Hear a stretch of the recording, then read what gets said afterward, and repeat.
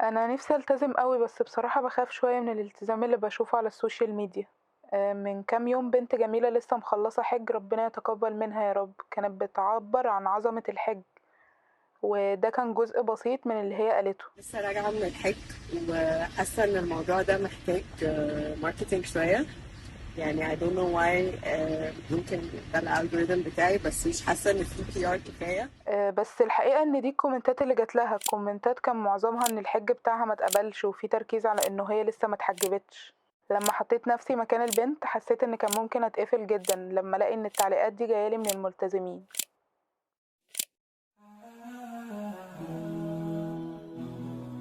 وهنا محتاجين نبدأ بنظرية مهمة قوي في علم النفس، بتقول إن النفس بتتكون من 3 حاجات: الأنا العليا ألا وهي بيسموها السوبر إيجو، والأنا اللي هي الإيجو، والهو اللي هي الإد. السوبر إيجو دي أو الأنا العليا دي اللي حضرتك فيها أخلاقياتك ومبادئك، وبتستثنى فيها تماما شهواتك، يعني ما بيكونش فيه متعة تماما. ولكن الإيد الناحية التانية ألا وهي الهو، دي اللي بتكون الشهوات والمتعة اللحظية. وهنا بقى حضرتك بتستثنى الأخلاقيات والمبادئ، يعني أنت ماشي بس ورا متعتك اللحظية. بتيجي الإيجو أو الأنا توازن ما بين الاتنين، يخلي البني آدم وسطي. يعني أنا مش هتخلى عن مبدأ من مبادئي، ولكن في نفس الوقت هبقى برفه عن نفسي بطريقة ما تغضبش ربنا، على حسب بقى الشخص مبادئه إيه. إنما الشيطان عندنا بيعمل إيه؟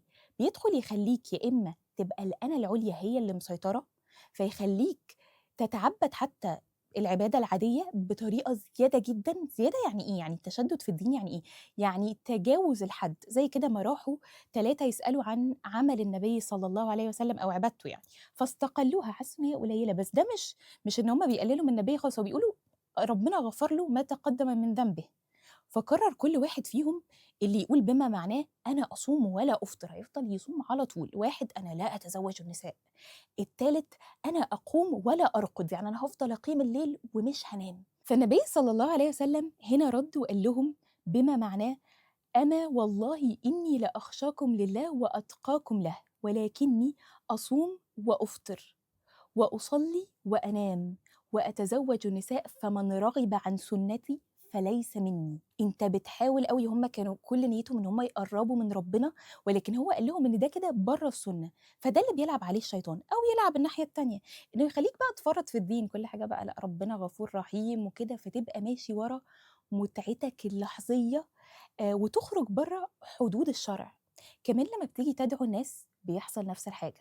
الشيطان يخليك إيه؟ تزود في العبادة جدا، تتشدد جدا، فبالتالي أنا بصوم وبصلي وبسمع دروس وكده، لحد ما يبدأ يخليك تصاب بالعجب، تحس إنه إيه ده، أنا ملتزم، ده أنا مفيش في التزامي، أنا كل الآراء اللي باخد بيها هي بس اللي صحيحة، أنا الشيوخ اللي بسمعهم هم بس اللي ماشيين على الصراط المستقيم.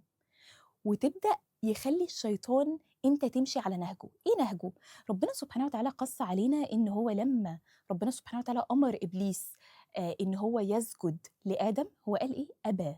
أبى يعني رفض، بس مش رفض بس، هو كان متكبّر، قال: "أنا خير منه، خلقتني من نار وخلقته من طين." من طين، بيكلّم ربنا وبيقول له كده. فبالتالي هو عايزك تمشي على نفس النهج، تمشي تدعو الناس وكإنّك بتقول كده بلسان حالك: أنا خير منهم.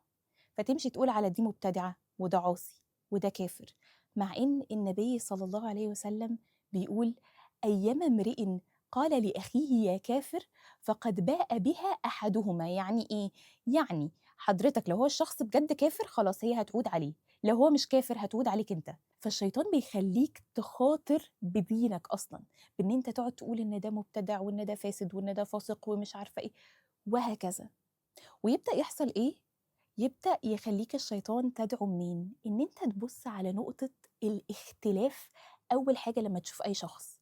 فبالتالي لو أنتِ رايحة مثلًا درس وشُفتِ بنت مش محجبة، فأول حاجة تلفت نظرِك إنها مش محجبة، فتروحي تقولي لها والله ربنا يهديكِ وكده، طب كنتِ على الأقل لبستِ يعني الحجاب، يعني احترامًا للي إحنا فيه وكده.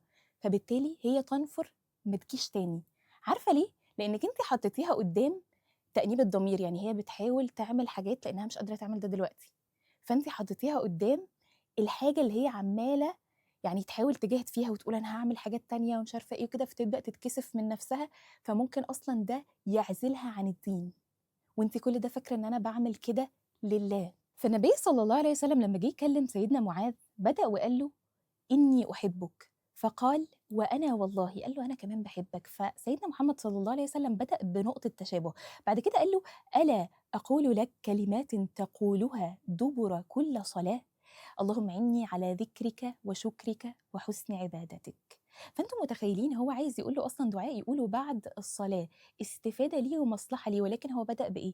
بدأ بنقطة التشابه، وإن هو يعبر عن حبه لسيدنا معاذ رضي الله عنه. كمان كان في شاب جه للنبي صلى الله عليه وسلم، دخل له المسجد وقال له ايه؟ ائذن لي في الزنا. عايزاكم بس تتخيلوا كده، لو حد ده حد بيكلمك عادي بقى، انت لا شيخ ولا اي حاجه، وجي قال لك يعني كده اللي هو ايه حكم الزنا او ايا كان بقى، فهو بيقول له ائذن لي، ده كمان بيقول له ائذن لي. فالطبيعي انه كان النبي صلى الله عليه وسلم يقول له مثلا ده حرام. والصحابه اصلا ساعتها اتعصبوا جدا وكده، وهو بعتهم وقال له ابنه قرب مني، وقعدوا جنبه. قعد بقى يقول له أترضاها لأمك؟ أنت ترضى ده لأمك؟ فيقول له لا والله. أترضاها لأختك؟ أترضاها لابنتك؟ أترضاها لخالتك؟ أترضاها لعمتك؟ قعد يقول له كده لحد ما هو قال له لا والله. وبعد كده النبي بين له انه كمان الناس ما يرضوش ده لا على بناتهم ولا على عمتهم ولا على خالاتهم. وبعدين حط ايده الشريفه صلى الله عليه وسلم عليه وقال اللهم اغفر ذنبه وطهر قلبه وحصن فرجه.